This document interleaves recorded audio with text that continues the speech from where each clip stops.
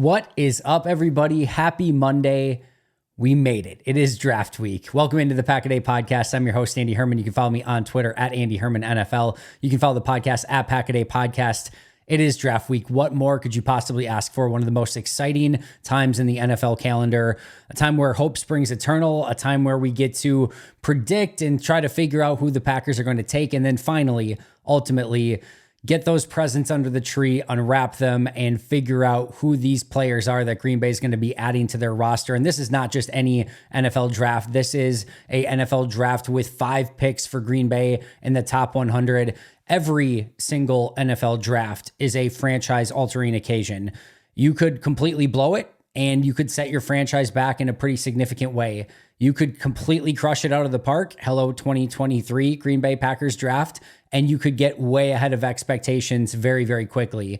And if Green Bay can continue to build upon this young core that they already have with these 5 top 100 picks, with their 11 overall picks in the 2024 NFL draft, Brian Gutekunst has the ability to completely put his stamp on this team, completely get them headed in the right direction, and maybe take that ultimate step towards not just being a playoff team, not just being a contender, but hopefully sometime in the near future, bringing back a Lombardi trophy to Green Bay. But this is all where it starts. Green Bay is a draft and develop franchise. Their lifeblood of their entire franchise is the NFL draft. And that's not completely different than a lot of franchises, but every team does it a little bit different. And we know that Green Bay is so incredibly reliant upon hitting the draft, especially when they've got 5 picks like this in the top 100. And that's why this draft is going to be so intriguing and so amazing. And I cannot wait to get to it.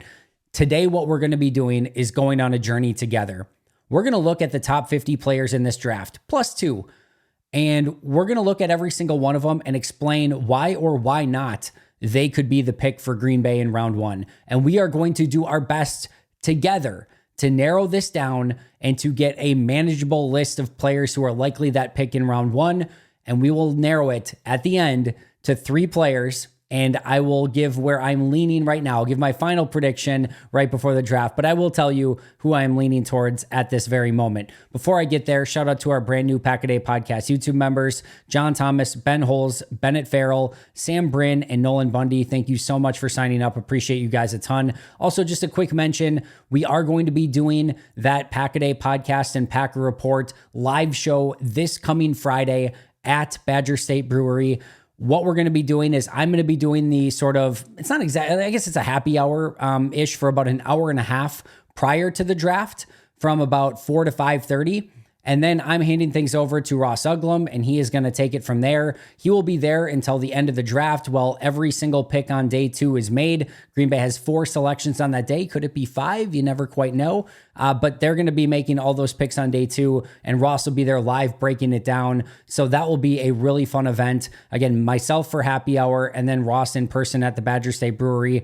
And then, of course, I will be doing the live show Thursday here on YouTube, Friday on YouTube, and then I'll be doing a members only show at some point on Saturday as well. I'll be releasing all the details on that as the week goes along. All right, so before we get into our 52 players that we're going to go over today and go one by one and make the case for and against each of them, it's important to remember exactly what we're sort of looking for here. And I did a whole episode on Green Bay's draft trends and their history and things like that. But if we go back to 2005, just to sort of recap that episode in a really quick sort of way, if we go back to 2005, there have been a bunch of first round picks, and there have been 2 players, Kevin King and Jordy Nelson, who weren't first round picks, but they were the first player selected in their respective draft class and were very near the top of round 2. And you might say, well, why not Christian Watson? Well, he was taken the very beginning of round 2 and very end of, in that range, I should say. But he was not the first player selected in his draft. So it is either you have to be a first round pick or you have to be the first person in your draft class, which, again, the only players that weren't first round picks that this applies to is Kevin King and Jordy Nelson. But if you look at all of this, what we have seen the trend since Ted Thompson became general manager of the Green Bay Packers and carrying over into Brian Gutekunst is a team that really focuses in that first round-ish on premium positions. 17 out of the 22 players have been premium position players, which is, in my opinion, what I can deem and consider a premium position: quarterback, offensive tackle, defensive line, edge rusher, or corner. 17 out of 22 have been those positions. 11 in a row have been a relative athletic score of 8.0 or more. The average relative athletic score since that Aaron Rodgers selection was an 8.3 relative athletic score, and 13 of their last 14 picks in that of those players were a 8.0 or higher for relative athletic score. 21 out of 22 came from a Power 5 conference, and 19 out of 22 were age 22 or younger. Only 3 players were over the age of 22: Devontae Wyatt, Demarius Randall, and Justin Harrell. Those are the only 3. So we know that they like premium position players from a Power 5 conference, a relative athletic score over 8, and players that are 22 years of age or younger. In addition, we know some other things. We know that they tend to like players from the Senior Bowl and that have spent some time at the Senior Bowl, selected to the Senior Bowl. We also know that they do tend to find ways to make their top 30 visits Green Bay Packers in some way, either through the draft, undrafted free agency, down the line, or things like that. All of these are not to say that every single one of these players needs to hit everything. It's not like they have to be a Senior Bowl invitee that it was on a top 30 visit with a relative athletic score over 8 in a Power 5 conference with 22 or under at a premium position. It's not to say that they have to check every box. Oh, and also we know that at each individual position that they have very specific thresholds that they usually have at those individual positions as well. So what we're trying to do, though, in general today is narrow it down by players that hit the vast majority of these. And again, it doesn't have to be perfect. And in this draft, it does feel like Green Bay is probably going to have to bend a little bit with what they want to do, especially picking at pick 25, and especially with what could be left over at that point in the draft. So with all of that being said, as we sort of look for those trends and look which players would hit, we also have to consider scheme. We also have to consider need on the team, which does go into the equation. Let's do it. Let's together go through all 52 of these players and try and figure out, could they be a fit in Green Bay or not? Some of these we're going to go through very quickly for obvious reasons. Others we'll take a little bit of a closer look at, and then we'll narrow it down at the very end. All right, so Caleb Williams, he's going to be the number 1 pick. We can cross him off the list. Drake May is going to be a top 5 pick, probably at worst, top 6 at very worst. And he's going to be, obviously off of Green Bay's board. He's a quarterback, so we can cross him off the list. Jaden Daniels, quarterback, top 3 pick, off the list. Marvin Harrison Jr., top 10 pick, wide receiver, doesn't fit a need. He's going to be gone, crossing him off. Malik Neighbors, same thing. Roma Dunze, same thing. We're crossing all of them off. Could they be on Green Bay's board if something crazy happened? Yes. What I always say about players like this is, in order for Neighbors or Harrison or Dunze to fall to pick 25, or even to a range where Green Bay could trade up for him, something happened. We're talking, gas mask type incident. And if every other team let them slide by, Green Bay is not going to be the team that picks them at 25. They're not going to be the team that stops the player slide, because if every other 24 teams ahead of them passed on them, it's not in Green Bay's DNA to say, yeah, we'll take a chance on that guy that had something crazy happen that forced them to fall from a top 5 pick to pick 25. It's not going to be Green Bay that stops that fall. So we can take Harrison, Neighbors, and Adunze and take them off the board as well. JJ McCarthy, he's going to be a top 12 pick. He's a quarterback. Again, easy eraser here for JJ McCarthy. So that takes off 7 players off the consensus big board right away. Next up is Joe Alt. Now, Joe Alt is a 1A Packers prospect all across the board. He hits pretty much everything. Wasn't a Senior Bowl invitee, wasn't on a top 30 visit for obvious reasons, but he hits everything they look for: premium position, under the age of 22, or under the age of 23, all of it. He hits everything. But the truth is, he's going to be at absolute worst, a top 12 pick in this draft? There's just no way. Green Bay's not going to be that aggressive in trading up for him. So Joe Alt, we are going to cross off the list for that reason as well. Dallas Turner, premium player at edge, Power 5 conference, 21 years old, relative athletic score over 9. He's hitting all of that. However, he doesn't exactly hit their height or weight. He's going to be a top 15 player at worst in this draft. And the truth is that even with him being, sort of this unbelievable player and hitting everything, in order for Green Bay to get him, they'd have to trade up. And the fact that he doesn't hit their height or weight thresholds, the fact that they already gave a huge contract to Rashawn Gary and just drafted LVN in the first round, still have Preston Smith on the roster on a pretty significant contract, have Enigbari, Brenton Cox. Listen, if Dallas Turner fell crazily to 25, would he be in the conversation, assuming that there wasn't some, crazy scenario that happened? Yes, very much so. But in order to get him, they'd have to trade up. And based on the situation and scenario right now, I think it's fair to say we can cross Dallas Turner off the list as well. Number 10, Brock Bowers. A really fun hypothetical question. If Brock Bowers falls to 25, could you take him? He's going to probably be the best player on the board, but is there really going to be a ROI for Luke Musgrave, Tucker Kraft, and Brock Bowers with 3 tight ends that were taken in the first 3 rounds in 2 years of each other? It just doesn't make sense. And I would be willing to bet money that he doesn't come close to pick 25. So we are going to cross him off the list as well. So that takes care of our top 10 on the consensus draft board pretty easily.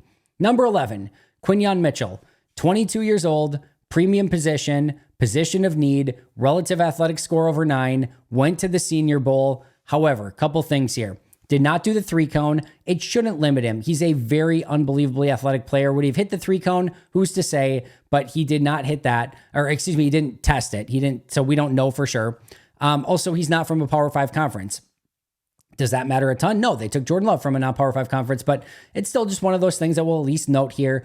The bigger thing is his over-under right now that's expected is before pick 15, before pick 15.5 technically, and it's likely that he does not get past the Colts at pick 15. If Green Bay wanted to move up to get Quinyon Mitchell, they'd have to be probably pretty aggressive, moving ahead of pick 15. I think it's extremely unlikely that Green Bay tries to go from like 25 to anything in that 10 to 15 range. I think 16, as we've talked about, is probably the sweet spot. And it's looking increasingly likely that Quinyon Mitchell will not even make it to 16, which is probably the earliest that Green Bay would trade to. So Quinyon Mitchell can absolutely and definitely be on the list if you want him to. It's just extremely unlikely that he's there, even to a point where Green Bay would potentially trade up for him. And just to be crystal clear, we are arguing today of who they will take at 25. If they go up to 12, well, that changes the calculus entirely. If they go down to 47, that changes the calculus entirely. Right now, we're basing this off of 25, or at least within a few picks of that 25 spot. Terrion Arnold, number 12 on the list. 21 years old, premium position player, position of need, relative athletic score over 9, hits every positional threshold. This is another star him. He's perfect. He's amazing, but he's likely going to be gone. Now, his range is a little bit later than Quinyon Mitchell. They're expecting him to go after 15, at least Vegas is. That gets you into that number 16 trade possibility with Seattle. But again, if we're doing this today based on pick 25, tough to figure out any situation or scenario in which Terrion Arnold is there and that Green Bay is able to pick him at that spot. Jared Verse, Power 5, premium position, 9.57 relative athletic score. However, or I should say, in addition, he does hit all of the positional thresholds, or at least he's close enough where we can basically say he looks pretty good. However, he is 23 years old, likely gone by pick 25. And this is another one of those situations where, are they going to trade up for him? Even if they, wanted to trade up, I'm not sure Verse is in the wheelhouse here for sort of the same reasons we mentioned with Dallas Turner, is the fact that, again, you've already invested in LVN and Rashawn Gary. You've got Preston. You've got Enigbari. You've got a Brenton Cox. You've got all these guys on the roster already. Are you really going to want to give up a bunch of draft capital for an edge? It seems rather unlikely that they would go in that direction, especially when he's 23 and, again, doesn't quite hit a couple of their thresholds. He's close enough to say he basically does, but I just don't see that in the cards for Green Bay, that they would move aggressively up for an edge player again when what they already have in the roster is by far good enough for the time being. Not saying they couldn't take somebody at 25 or 42 or so on and so forth, but at this point, trading up aggressively for it doesn't seem like it would be the best course of action for Green Bay.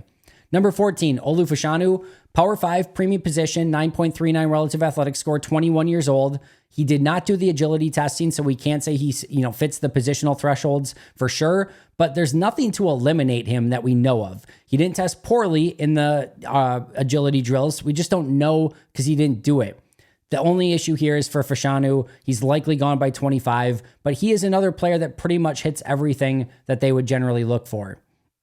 Leitu from UCLA is next. Power 5, 9.19 relative athletic score, premium position, but 23 years old, shorter arms, worse broad jump than what they look for, has a pretty significant injury history with his neck, which I don't know that Green Bay is going to clear. And Green Bay, again, would have to trade up for an edge rusher, which, as we talked about, does not make sense. We're taking Leitu off the list here, too. Talise Fuaga, Power 5, 9.44 relative athletic score, premium position, if you consider him a tackle, which we will for this. 21 years old. He did not do any agility testing. He does have the arm length that Green Bay looks for. The question marks here is he a tackle and is he available? Should be on the list, but probably unlikely that he's there at pick 25. Number 17, Byron Murphy, Power 5, premium position, 9.08 relative athletic score, 21 years old. Hits everything there. He hits the weight. He hits the broad jump. Hits those usual things that Green Bay looks for at defensive line, except he is only 6 feet tall. Usually a little over 6 feet. Usually they look for 6'2" or taller at that position, so he is a little bit on the light side. He is a 3 technique at heart. And while I do think he brings a little bit of that Kenny Clark ability to the table, he's not ever going to probably be that true nose tackle or that true run-stopping, elite run-stopping defensive lineman. He's probably more of your Devontae Wyatt. He's probably more of your Colby Wooden and Carl Brooks. Those 3 are pretty much entrenched in that lineup, and you can, as I've talked about, still move LVN and Kenny Clark to that 3 technique spot as well. So I think he would absolutely be high on their board. It's just more likely that he's gone at 25, and because of the things that we just mentioned, not sure that Green Bay would aggressively move up for him. And again, we're looking at pick 25 for today. Number 18, Brian Thomas Jr. It's not a need at wide receiver. It's not a premium position. He didn't do the 3-cone. He is 21 years old, Power 5, 983 RAS. He hits all the non-3-cone positional metrics that they look for. It's just, I don't see them taking a wide receiver in, like they haven't done it when they've needed wide receivers. Are they going to do it now when they don't need a wide receiver? He is an interesting player that he has that deep ball speed. He gives you some of that Christian Watson ability. And if Watson continues to have it, I just don't think you can pick an insurance policy or like another one of those wide receivers with the wide receivers that you currently have on the roster. So I would be shocked, and I am not putting Brian Thomas Jr. on my list for that reason. Number 19, Cooper DeJean, Power 5, premium position, question mark. Is he an outside corner? Maybe, maybe not. 9.85 relative athletic score and 21 years old. He did not do the agility testing. 3-cone is key for corners. I don't know that he would have totally hit that if he did do the testing. I think it's probably why he didn't. He also doesn't hit the ideal broad jump if he were to play safety. If he plays slot corner or safety, then he is not a premium position player. He's a non-premium position player. I do question the scheme fit here for Cooper DeJean. And then, of course, there's the argument, too, that there's a decent chance that he's just gone by pick 25. Number 20, Troy Fautanu. Power 5, premium position if he's a tackle, which we'll count him as a tackle for today. 9.45 relative athletic score. However, he is 23 years old. He might end up being a guard. He's probably gone, and he did not do any of the agility testing. That one's a little bit tougher. I think you have to at least put Fautanu on the list, but on the long list, I do think he's probably gone. JC Latham, Power 5, premium position, 21 years old.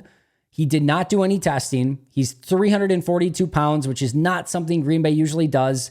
And he's probably gone by pick 25. This would not be a player that I would put as a high likelihood to be a Green Bay Packer for a variety of reasons, mostly probably due to that height and weight and the fact that he's gone. But I just don't see him necessarily fitting what they usually look for along the offensive line. Number 22, Nate Wiggins. Love Nate Wiggins.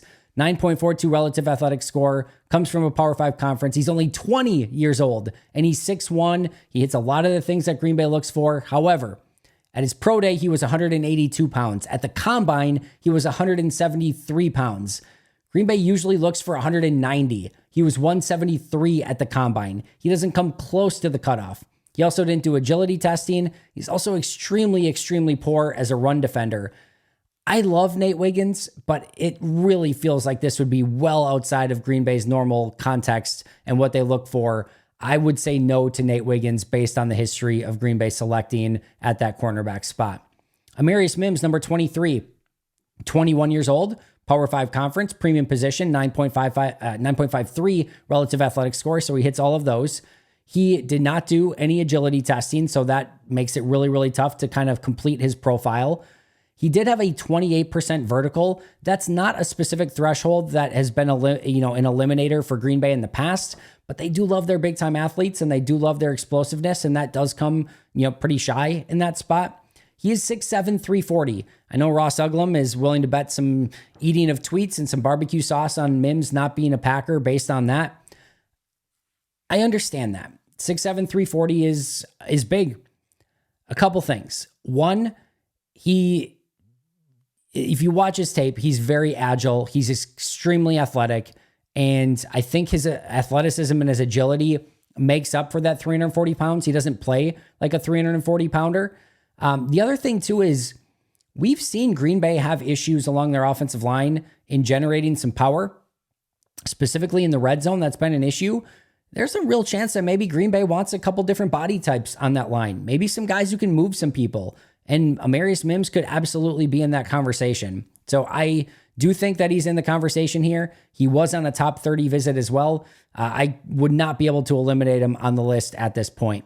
Another one here that I could not eliminate. 24 Kool-Aid McKinstry, premium position, 21 years old, Power 5 conference, was on a top 30 visit. He's a strong scheme fit, passes all other thresholds except for he didn't do the 3-cone, so we can't evaluate him off of that. And he did have a 7.54 relative athletic score. We talked about 8 or above has really been that threshold. So he's a little bit below that. I don't think that will be a deal breaker, specifically from him coming off of injury, specifically from him being a super scheme fit with what they're asking their corners to do now in Green Bay. So I got to keep him on the list as well. Number 25, Graham Barton. Power 5, 9.99 relative athletic score, 21 years old, hits all the agility thresholds. However, under 33-inch arms, which has been a pretty big deal breaker for Green Bay. Is he a premium position? You have to ask that, because if he's a guard or a center, Green Bay less likely to take him. If he's a tackle, a little bit more likely. And of course, there's also the chance here that Graham Barton is gone, which it seems to be trending in that direction. Number 26, Johnny Newton.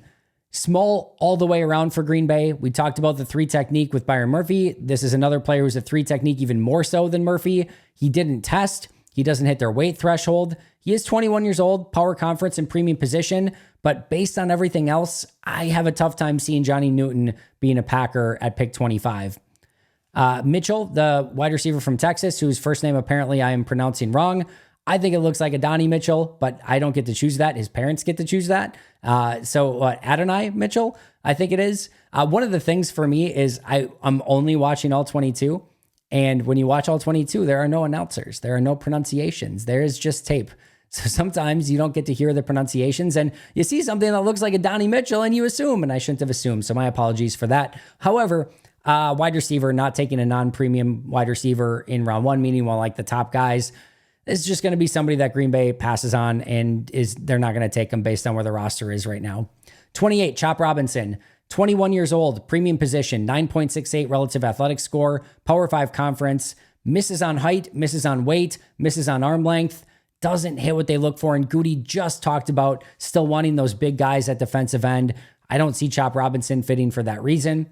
Jackson Powers Johnson is at 29. He's 21 years old and is from a Power 5 conference, so we hit those two. However, he didn't do any of the testing, no relative athletic score to go off of. He's an interior offensive line only. We don't have the 3-cone testing to base his metrics at the specific position. Never played tackle in college, which is something they usually look for interior players. And from Bob McGinn's scouting report, the scouts, a couple different scouts, one said he's arrogant. Another said that he's a little bit of a head case.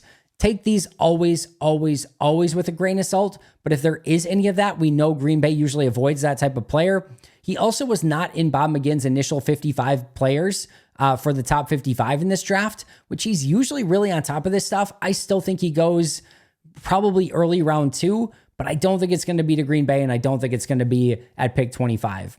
Number 30, Tyler Guyton. Here we go. Power 5 conference, 9.71 relative athletic score, 22 years old, premium position, hits all of the offensive tackle athletic thresholds. He has the arm length that they require, was in for a top 30 visit, was on the Senior Bowl, is a position of need. He is the one guy that literally hits everything. Now, he is 6'7.5" from a tall standpoint. It is a little tall. Do I think that's going to be a deal breaker for the Packers? I absolutely do not. When he hits everything else, I can't imagine, and I've said this before, but I can't imagine Green Bay. And again, it doesn't necessarily mean that they have to like his tape. And if they don't like his tape, it's going to be a no. Doesn't mean that they have to like his personality. There could be an injury concern. There are things that we might not know here. But assuming there is none of that, I can't imagine them going and saying, well, all right, he's Power 5 conference, super athlete, only 22 years old, plays a premium position, hits everything that we always look for. We had him in for a top 30 visit. We liked him, went to the Senior Bowl. We got to meet him there. But you know what? He's about an inch too tall. We're going to pass. I just don't see that being the case. Tyler Guyton hits everything and should be very high on everyone's predictive list for the Green Bay Packers. Number 31, Michael Penix, quarterback. 32, Bo Nix, quarterback. 33, Ladd McConkey, slot wide receiver. Xavier Worthy, number 34, smaller wide receiver. We're just knocking those off the list. Let's jump to 35, Darius Robinson, Power 5, 22 years old, premium position, whether he's a defensive lineman or an edge rusher. Here's the issue. He's a 4.01 relative athletic score if you consider him an edge rusher. That's just going to be off Green Bay's board. He's a 7.78 relative athletic score along the defensive line, which is much better and much closer, but doesn't quite hit that 8.0. He's 10 pounds under the defensive lineman, the one that he tested the 7.78 at. He's 10 pounds under what they usually look for at the position. He doesn't hit the broad jump if you consider that he's an edge rusher. He was a Senior Bowl invitee, but I don't know that this is a perfect fit for Green Bay. Yes, I love that he can play some edge. Yes, I love he can play some defensive tackle. But you have LVN, Rashawn Gary. You've got versatility in your front. You've got a Carl Brooks. I just don't see this necessarily being the case. I do think he's a really good football player. I would like the pick overall, but based on what they look for, I don't think he quite fits the profile and would be a little bit surprised if he were the pick at pick 25. All right, next up, Jordan Morgan, Power 5 conference, 22 years old, possibly a premium position if they keep him at tackle, although he could play guard. He has a 9.24 relative athletic score at tackle, a 9.82 relative athletic score at guard.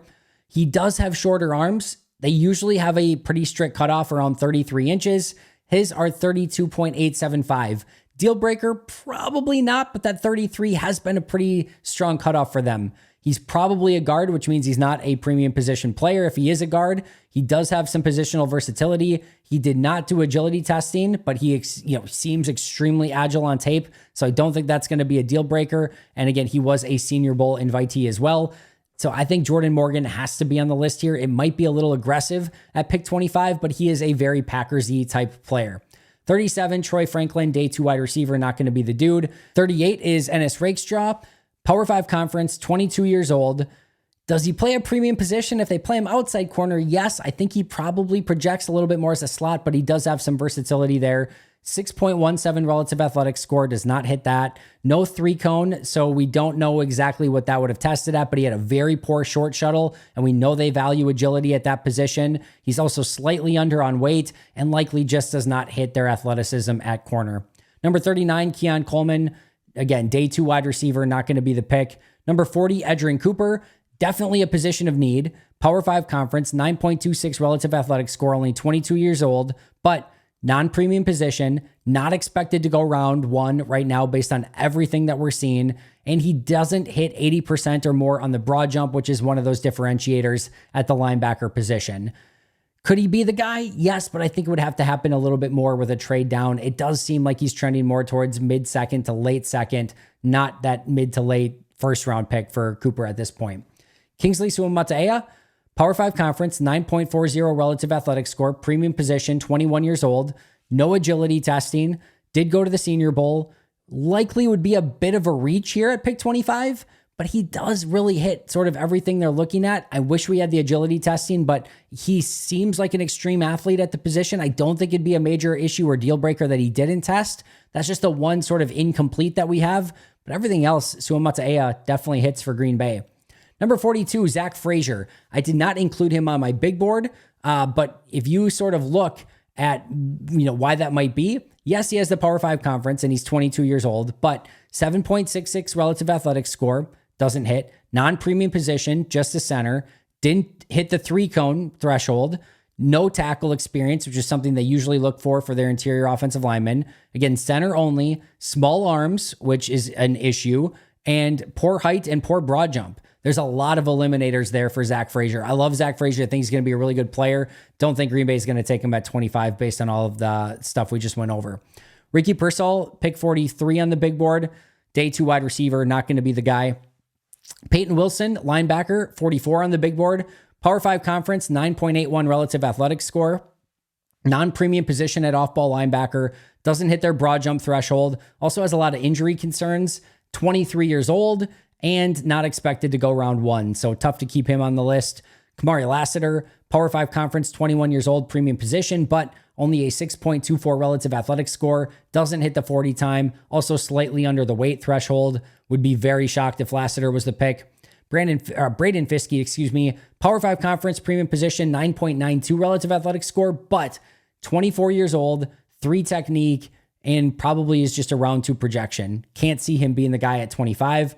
Roman Wilson's a day 2 wide receiver. Mike St. Ristel, Power 5 conference, an 8.33 relative athletic score, but he's a slot guy, so a non-premium position there. 23 years old, doesn't hit height or weight, and is likely going to be a day 2 selection. Xavier Leggett's a day 2 wide receiver. Tyler Nubin, Power 5 conference, 22 years old, position of need, but non-premium position, only a 2.91 relative athletic score, and only a 56% on the broad jump, which they usually look much higher than that at that position. And then my 2 guys that were not in the top 50 that I wanted to include here, Marshawn Kneeland, edge rusher, 22 years old, 9.08 relative athletic score in a premium position. He's from a non-Power 5 conference, and he's 1 inch below their height thresholds. Was in for a top 30 visit and also was at the Senior Bowl. So a lot to like there for what they usually look for Marshawn Kneeland. I would really keep an eye on him at pick 41 for Green Bay, but probably not at 25. We'll talk about that. Patrick Paul, an offensive tackle that seems to be starting to make some waves as a potential day 1 guy, which seems probably very crazy. But there has been a little bit of buzz. I know Benjamin Albright said that people better get ready for Patrick Paul to go a lot earlier than they were expecting. And Patrick Paul just made mention, and this could just be Patrick Paul talking, because he likes himself some Patrick Paul. But he said that the big boards and mock drafts online have it wrong, and that's his expectation based on what he's heard, that he's going to go day 1 in the draft. But anyway, Power 5 conference, 9.67 relative athletic score, premium position, hits all the thresholds for their offensive tackles. He is 23 years old, so 1 year older than they usually look for, but he also was a Senior Bowl invitee. So a lot of things there for Patrick Paul. Probably more second round for Green Bay, but he's another really interesting one. So that puts me at 15 players on what I consider my long list. Joe Alt, Quinyon Mitchell, Terrion Arnold, Olu Fashanu, Talise Fuaga, Cooper DeJean, Troy Fautanu, Amarius Mims, Kool-Aid McKinstry, Graham Barton, Tyler Guyton, Jordan Morgan, Kingsley Suamataia, Marshawn Kneeland, and Patrick Paul. Those would be my 15 guys that hit enough stuff that you could make a pretty significant argument for them one way or the other. They hit a little bit of everything. They may have 1 or 2 things off here or there, but certainly enough where I think Green Bay would still very much consider them at pick 25. Now, of those, I think there's a big chunk of those that are gone without trading up. And again, we're just looking at pick 25 here. So I'm taking Joe Alt, Quinyon Mitchell, Terrion Arnold, Olu Fashanu, Talise Fuaga, and Troy Fautanu all off of that list. That brings us to 9 remaining. Cooper DeJean, Amarius Mims, Kool-Aid McKinstry, Graham Barton, Tyler Guyton, Jordan Morgan, Kingsley Suamataia, Marshawn Kneeland, and Patrick Paul. Now, here's an interesting one. I'm not basing this on anything because Vegas is Vegas. We can't put too much stock into this. They don't know everything, but man, they're not willing to usually just put this stuff out there without having a good hunch on something. Here is the current Vegas line as we are now on Monday for who Green Bay or what position Green Bay will select in the 2024 NFL draft. Offensive line is set at negative 180. Negative 180 for offensive line. And this is per FanDuel. All right. So this is FanDuel. These are ones that you can go to if you are in the right area. But offensive line, negative 180. Corner is plus 260. So a little bit of a long shot, but not completely unthinkable. Defensive line and edge combined into one category is plus 750. Linebacker is plus 1600. Safety is plus 1600. And wide receiver is plus 4000. Nothing else, understandably, is even on the board. So based off of that, a little bit at least, I'm going to remove Nealand here from the list. Marshawn Nealand, a little bit based off of that. Defensive line and edge combined is plus 750. The other thing here is I just think Nealand's a day 2 guy. I think 25 would be very aggressive for Nealand to get taken there. So I'm going to take him off the list, and that's going to bring us down to 8 guys. DeJean, Mims, McKinstry, Barton, Guyton, Morgan, Suamataia, and Patrick Paul. There are 2 more players that, as much as it pains me a little bit, I think are very much likely gone. And I think if I really think about it, I don't think they're quite the perfect fit that maybe a lot of people think they are. And that is Cooper DeJean and Graham Barton. Listen, I like both of these players a ton. And Graham Barton, you can make a really strong case for. I think the biggest thing with Barton is that I do honestly believe he's gone at 25. And then even then, I also believe he's an interior offensive lineman. And we've seen no appetite from Goody, Thompson, and just Green Bay in general of spending a first-round pick on an interior offensive lineman. And that, like I said, is what I believe that Barton is. And DeJean, it's a little bit similar. 1, I think he's probably gone at 25. And number 2, I don't think he's a perfect fit for Jeff Hafley's defense. He doesn't hit their safety thresholds for what they look for there. He doesn't quite hit the outside corner ones, and I don't know that he's a perfect outside corner fit in Green Bay. And then if you play him inside, he's, again, a non-premium position, either there or at safety. He's a really good football player. If he's there at 25, I think he at least has to be in the conversation. But I am going against both of those 2 just based on what I see right now, based on what I think Green Bay is going to be looking for, and based on the fact that I think those 2 are less likely to be there. And that brings us down to 6 players. Amarius Mims, Kool-Aid McKinstry, Tyler Guyton, Jordan Morgan, Kingsley Suamataia, and Patrick Paul. And remember, Vegas has Green Bay at negative 180 for offensive line. That is 5 offensive linemen, 1 corner at Kool-Aid McKinstry. Now, you might be thinking at this point, hey, Jordan Morgan, Kingsley Suamataia, and Patrick Paul there's just no way. They're not going to get taken at pick 25. They're expected to go way lower in the draft. Well, let me just add this. Darnell Savage, when they took him in the first round, was 42 on the consensus big board. Jordan Love was pick 35 on the consensus big board. Stokes was 46th. Quay Walker was 51, and Christian Watson, who they took early round 2, was 49th on the consensus big board. Goody cares not for who anyone thinks is, a top 50 player, top 40 player, 30. He is going to take the guy that he wants, especially at the end of round 1. And Savage, Love, Stokes, Quay, and Watson were all very much a huge example of that. That being said, I will say that, in my opinion, if you stay at 25, Jordan Morgan, Kingsley Suamataia, and Patrick Paul are just are just too steep at that price. If you want to move down from 25 to 33 or 32, somewhere in that range, or maybe even a little bit lower, and get one of those guys, because here's the thing. I think one of those guys will be there early round 2. Maybe not all of them, maybe only 2 of them, maybe just one of them, but I think you can move down and for sure still get one of those guys. And if you are going to take one, I would highly recommend moving down, getting that extra 3rd round pick, and picking them later rather than being ultra aggressive at pick 25. So they would all still be on my short list, but I'm going to remove them and say Morgan, Suamataia, and Patrick Paul likely would be more trade down and select sort of candidates. And that brings us to 3. Amarius Mims, Kool-Aid McKinstry, and Tyler Guyton.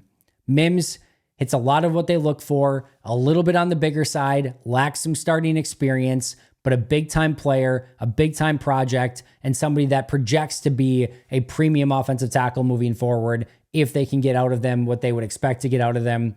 Kool-Aid McKinstry, perfect outside corner for this Jeff Hafley defense, doesn't quite hit the relative athletic score, but really hits everything else. And I think it's close enough where he still displays high-end athleticism and would be a big-time pick for Green Bay to bring into that Jeff Hafley defense, would immediately compete for the starting outside corner spot.